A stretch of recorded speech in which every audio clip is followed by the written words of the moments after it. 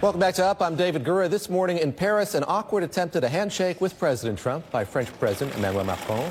Surely this presidential tweet yesterday blasting Macron over defense spending did not help the relationship between the two gentlemen. President Trump will also cross paths this weekend with Russia's President Vladimir Putin, whom he has yet to criticize. I was in Moscow a couple of months ago. I own the Miss Universe pageant, and they treated me so great.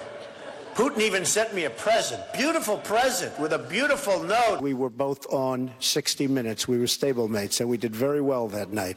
I believe that President Putin really feels, and he feels strongly, that he did not meddle in our election. Now they're saying it with Putin. Well, Putin is highly prepared, and Trump, will he be prepared for the meeting? Putin's fine. We're all fine. All of that preceding the meeting that took place in Helsinki. Phil Rucker was there for it. Your sense of the import of this, if these two men meet in what would be a politicized in Paris this weekend, they have plans to meet in just a few weeks for this G20 as well. Well, you know, Trump, it is such a priority for Trump to have a warm relationship with Putin. He wants to be Vlad's friend.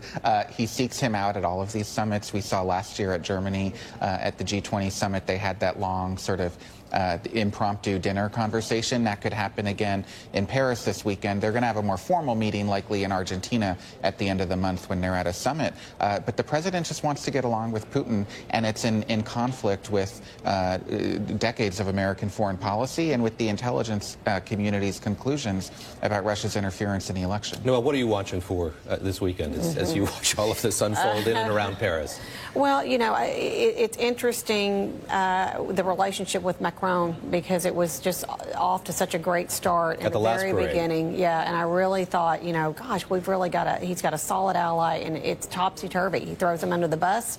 You know, it's a very interesting relationship to watch. The Putin relationship is interesting to watch because it's like there's something about Putin that he likes. Maybe it's his personality or the air around Putin, not so much his governing or you know, what the Russian meddling or whatnot, but it's something with Putin as a man. I think that he likes him. Something he likes, and I saw your eyebrow go up, Glenn Kirshner. Yeah, you know, I don't know if we caught that on camera. Mine but, yeah. too.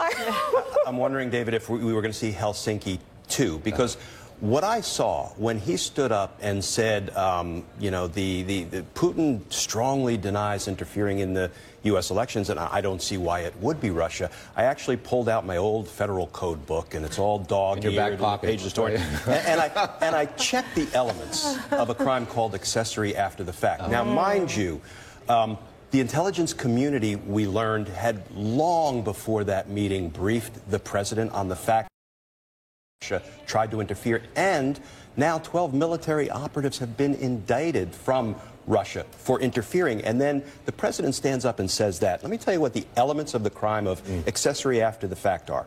Whoever, knowing an offense against the U.S. has been committed, check. Receives, relieves, comforts, or assists the offender, check. To hinder or prevent apprehension, trial, or punishment, check. We saw the crime of accessory after the fact be committed when he made those announcements in Helsinki. Again, this is prosecution 101. I didn't need my 30 years of experience to reach that conclusion. I was wondering if we were going to see that again. Midwin, very quickly here.